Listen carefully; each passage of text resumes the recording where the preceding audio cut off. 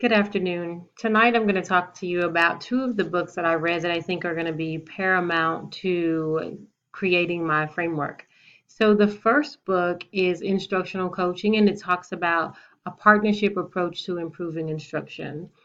And the reason that I chose this book was because right now I work at a turnaround campus, and a lot of it, some of the directives that come down are almost helping to create a separation or a divide between leadership and teachers. And what I hope to do is create more of a transparent classroom coaching experience where you partner with the teacher and kind of tag team teach. And with that, you have to already have a positive culture. Your teachers need to trust you. And so basically, this book guides you through implementing sustainable change. So the idea is that once you leave the school, that the positive things that you put into place will just last and create a tradition. So what Jim Knight talks about in this book is the failures of the traditional professional development model. Basically, you go to a sit and get, and that's it. Then there's no feedback, there's no follow through, and a lot of times that those presentations are done without them knowing, the demographics of your school or the culture of the school and the types of things you need, the level of the teachers. So it's just not personalized. And with creating a coaching model that is transparent and collaborative with teachers, you'll move the needle a little bit faster. So what I liked about this book and the way that it connects to Teach for Understanding is that our teachers have to learn as well as our students. So when we teach for understanding, that has to also apply to teachers, especially those in their first year and sometimes even the first 3 years. So this book will guide you through that, and it kind of talks about the myths and dismiss some of the other things that haven't worked in the past.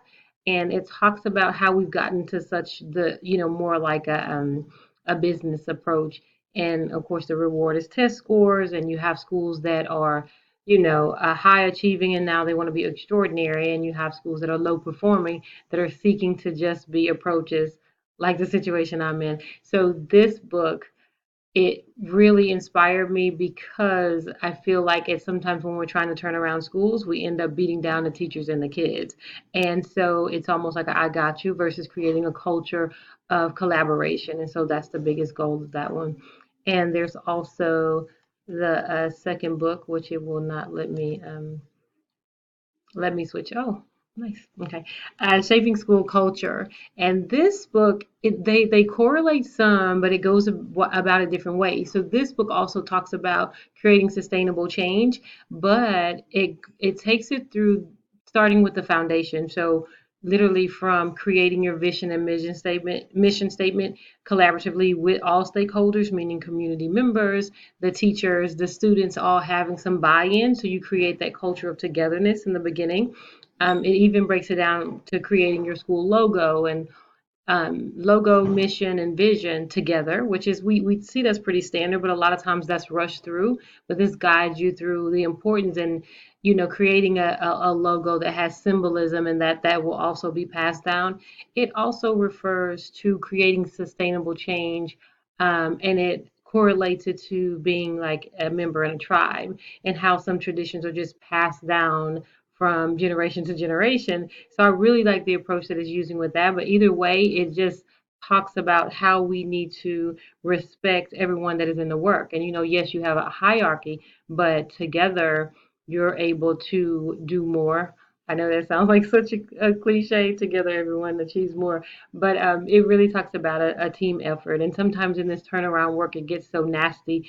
Um, and we end up losing a lot of teachers. I've had 3 teachers to try and quit this year alone, and that was like the second week of school, which would have been 1 month into the professional development pieces, which unfortunately I can say that we haven't revisited. So we went through those 2 weeks of pre-service training, and I don't think that there's anything that we're using right now.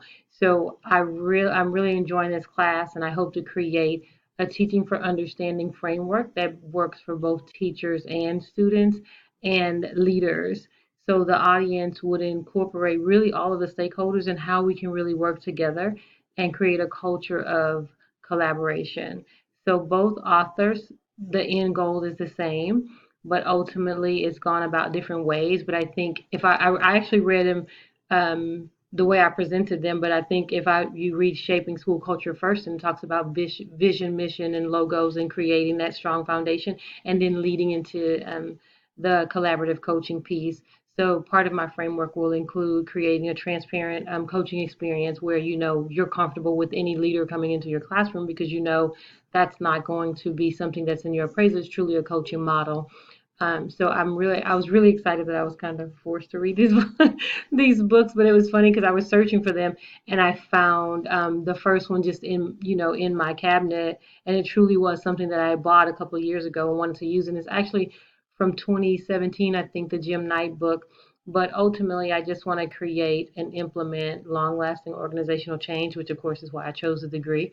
But the way that this all fits into teaching for understanding, I think, is what makes it so interesting, because you can apply it to both educators and students alike, and with leaders. So I hope that you enjoy the pre-reading and the handout. I actually use these as my handout.